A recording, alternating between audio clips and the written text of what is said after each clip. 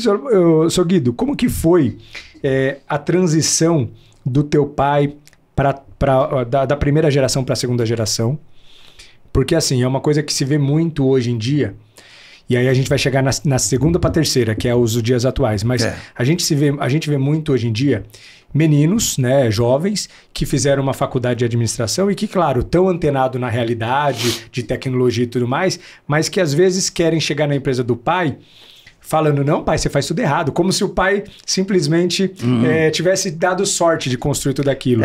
Então, existe um choque geracional. Teve esse choque. O que está acontecendo hoje, dessas sucessões que a gente vê hoje? Na época do senhor, quando o senhor estava fazendo a sucessão, tinha esse choque ou acontecia uma coisa mais respeitosa? Como que foi essa Na realidade, veja bem, meu pai, quando eu nasci, ele tinha já 50 anos. Então, quando eu tinha 14, ele faleceu com 68. Então, eu tinha 18 anos, quem estava tocando esse negócio era meu filho, meu irmão. Seu irmão. Meu irmão mais velho. Aliás, meus irmãos mais velhos. Nós somos uma família de 5 pessoas, eu sou o penúltimo e tem a minha irmã que é a última. Então, eles estavam já tocando os negócios, etc. Tal. Ele foi a primeira geração de filhos, digamos assim. Exatamente. O meu irmão mais velho na fábrica.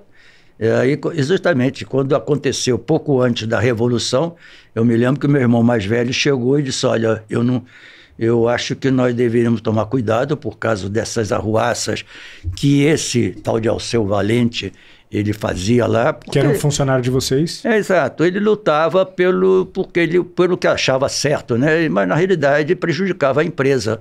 E meu irmão estava verificando aquele crescimento do movimento sindical e com reivindicações que nós não podíamos atender na ocasião, etc. e tal. E ele disse, olha, é melhor a gente tirar o que te puder daqui e deixar a empresa quebrar. E na realidade nós não fizemos isso aí e tocamos o pau e tivemos a dificuldade e acabou a empresa fechando posteriormente. Foi um pouco motivado por esse movimento sindical que atrapalhou os negócios a prosperarem? Não foi só isso daí. Não posso dizer que foi só o movimento sindical, porque no final das contas muitas pessoas sofreram com esse troço também e conseguiram sobreviver. Então não se pode acusar só esse... Se vitimizar por causa disso. Exatamente. Né? Agora, na época, eu me lembro bem que havia na época, me parece, 6 ou 7 fundições. E foi o Delfim Neto, ele deu um apoio muito grande para que certas empresas se fundissem, se aglomerassem. Infelizmente, cada um queria não perder a boquinha. Sim. E acabaram praticamente quebrando todas elas. E nós fechamos o negócio com uma outra empresa, que foi uma coisa muito boa, desenvolvemos muito bom. Infelizmente, o sujeito que tinha 40% do nosso tamanho, quer dizer... Ele tinha, do 100% que nós formamos, ele tinha 40%, nós 60%. Mas ele tentou nos passar a perna.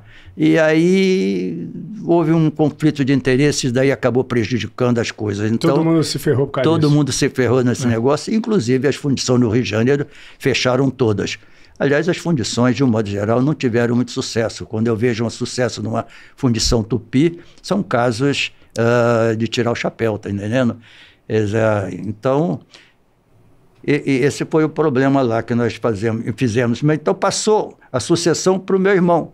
Meu pai ficou meio adoentado e ficou normalmente, meu irmão mais velho, ficou tocando no negócio aí. Mas com a Revolução nós realmente sofremos bastante, foi onde houve um decréscimo. Porque tínhamos uns custos fixos muito elevados, dificuldades, filial em Recife, filial em Porto Alegre, filial em Curitiba. Estrutura muito grande. Exatamente, capital de giro não suficiente e a comunicação difícil para trocar várias filiais ao mesmo tempo naquela ocasião. Às vezes o pessoal também não bem preparado, eram prata da casa, mas muitas vezes não bem preparado. Nós também, como os administradores, também não tão preparados. Então houve uma série de dificuldades. Ô, seu Guido, quando eu te pergunto sobre algumas coisas, eu vejo que o senhor traduz a realidade do empreendedor de sucesso, que é o seguinte: todas as coisas ruins que aconteceram na vida do senhor, influenciadas por coisas externas, que a gente é influenciado por coisas externas, o senhor não coloca a responsabilidade só nas coisas externas. Porque no final das contas, a vida é isso. Coisas boas e ruins. É como a gente se prepara para isso e não se vitimiza. Porque no final das contas que suco que eu vou fazer das laranjas que eu tenho? Né? Tá certo, né? Então, por exemplo, o senhor falando de revolução. Cara, o senhor passou por revolução, passou por inflações inimagináveis na minha geração. Eu era criança quando eu nasci em 89. Então, pensa, eu fiquei sabendo histórias, eu não acompanhei nada disso, por mais que eu já era vivo, época de Collor e tudo mais. Então, a gente tem problemas muito fáceis de enfrentar comparado às que o senhor passou. E mesmo por conta de tudo isso, e trouxe diversas dificuldades para a empresa, o senhor fala, não, nós erramos aqui porque se alguém deu certo nessas condições, é porque tinha jeito. E a gente não conseguiu. Qual foi a lição e quais foram os momentos mais desafiadores para o senhor assim em termos psicológicos? Porque a gente sabe que o empreendedor, ele precisa, no momento de dificuldade, estar com a cabeça forte. Porque às vezes a esposa é preocupada, faltando dinheiro, fornecedor cobrando. E a gente precisa ter uma blindagem emocional que para mim foi a coisa mais difícil de conquistar, viu, Sr. Guido? Para mim. Porque assim, eu tive uma trajetória empreendedora que logo que eu abri a empresa, eu tive sucesso. E aí eu achei que era só isso. E quando vieram as primeiras dificuldades, eu não tinha bagagem emocional para segurar. Então, quando faltou dinheiro, quando eu precisei dever banco, isso para mim foi muito dificultoso. Você também teve esse problema? Eu tive. Então, como que foi para o senhor se preparar psicologicamente para ter essa sabedoria que o senhor tem hoje? Porque essa sabedoria foi vivendo a vida, né? Como que foi? Olha, veja bem, na realidade eu tive um apoio muito grande da minha mulher, porque eu acho que em 2 ocasiões joguei a toalha e ela pegou. Ela segurou. Ela pegou as coisas na frente e desenvolveu.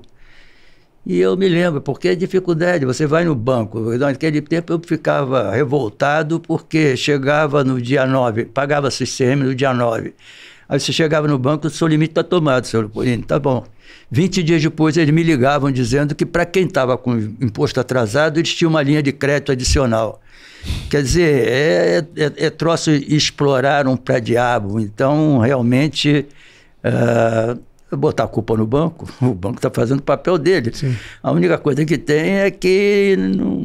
Eu me lembro que há tempos atrás, no tempo do Brizola, que eu também não boto esse camarada nas nuvens, como governador no Rio de Janeiro, eu tenho a impressão que, na época, ele deu um apoio muito grande à Companhia Siderúrgica Nacional, em que ele transformou os impostos atrasados, não sei se acabou concretizando, falou-se na época, também não sei dizer, ele transformou em ações da Companhia Siderúrgica Nacional.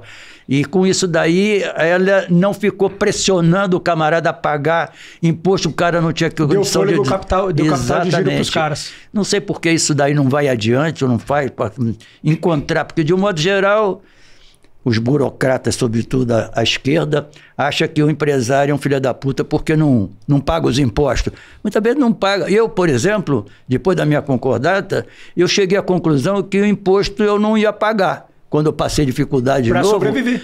Eu paguei o fornecedor, eu continuava pagando em dia, o imposto deixei para trás. É isso. E posteriormente, quando eu tive condições, fui lá e paguei, quitei as coisas todas. E é o certo, porque no final das contas, se o senhor quebra, não paga ninguém e quebra a economia, que é o empresário que depende daquele dinheiro também. Vira uma cadeia, né? Um efeito dominó. Eu me lembro de uma vez, um camarada me devia, eu ficava cobrando dele e tal e coisa, eu disse, Leopoldino, eu ganhei não sei por causa de quê, entrou um dinheiro aqui, etc. Tal, e você vai me pagar? Não, eu vou fazer um negócio, porque com esse negócio eu vou ganhar dinheiro, aí eu tenho condição de pagar. Se eu lhe pagar agora, eu não faço o negócio... E fico sem dinheiro também. Fico sem dinheiro.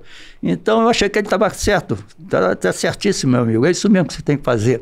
Agora, se lembra de mim na hora que... Na hora que precisa pagar, não esquece. Pagar, vê se você se lembra de mim. É isso. Então, na realidade, tem que verificar a situação de cada empresário num determinado momento. Sim. Então, eu também me lembro de uma história, um camarada conversando comigo, senhor Leopoldino, nós temos que almoçar, tal e coisa. Tudo bem, vamos lá, tal coisa, que prazer, ótimo, que bom, era um bom cliente. E aí o camarada chegou para mim e disse assim, nós estamos quebrados. Mas como está quebrado? Você sempre está pagando em dia? Só o senhor. Olha. E o que faz? Não, agora nós vamos fechar e tal e coisa. Bom, tudo bem. E aí o que vocês vão fazer? Nós agora vamos ser empregados, não sei o que, não sei o que. O que eu posso dizer? O camarada eram corretos, 2 rapazes muito bons, não me lembro mais quem são, mas de qualquer maneira seguir a vida dele e nosso negócio, às vezes a gente ganha, às vezes a gente perde, né? O senhor parece que sempre foi uma pessoa muito justa na trajetória. Eu procuro ser. Né? E quando o senhor fala da tua esposa, principalmente nos momentos que o senhor jogou a toalha, sinto que o senhor até se emociona, porque a gente, só quem vive para saber, né? Uhum. Desses momentos difíceis, seu Guido, quais foram os momentos, na verdade, dessa trajetória toda, da tua trajetória inteira, empreendedora, qual foi o momento mais difícil que o senhor lembra, assim, que exigiu muito do senhor, sabe?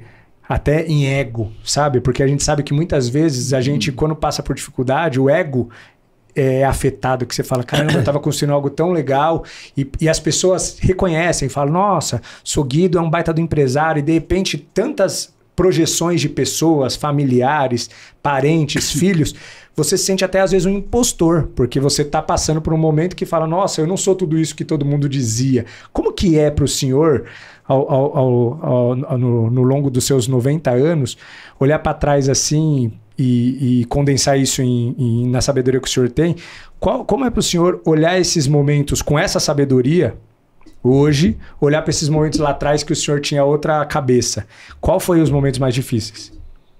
Olha, um momento difícil nós tivemos na série, porque justamente o problema é válido. Quando você começa a atrasar a mercadoria, você não recebe, tá falta. Quando começa a travar a operação, né? Começa a travar a operação, você recebe o pedido, não consegue complementá-lo, aquilo te dá uma sensação de impotência, você não saber como trabalhar. Eu me lembro que uma vez eu estava com... O camarada estava mandando embora um gerente de vendas, etc. O gerente de vendas, não, gerente da loja. Vamos dizer, hoje em dia um gerente ganha 30 mil reais. O camarada tinha 35 anos de casa, não justificava fazer, o camarada pegava o jornal, ficava lendo o jornal o dia todo, ele não fazia nada, ele estava... eu tinha que mandar ele embora. Naquele tempo, 35 anos, você pagava o dobro, 70 para mandar embora. Mais aviso prévio, mais 13º, mais não sei o quê. Vamos dizer que chega em 70 mesmo. Vezes 30, te dá 2 milhões e 100. Onde é que eu ia buscar se eu tinha dificuldade de pagar o próprio salário dele? Os 30 mil, onde é que eu ia buscar 2 milhões e 100? Esse foi o problema todo. O camarada não queria ser mandado embora, mas não queria abrir mão dos compromissos.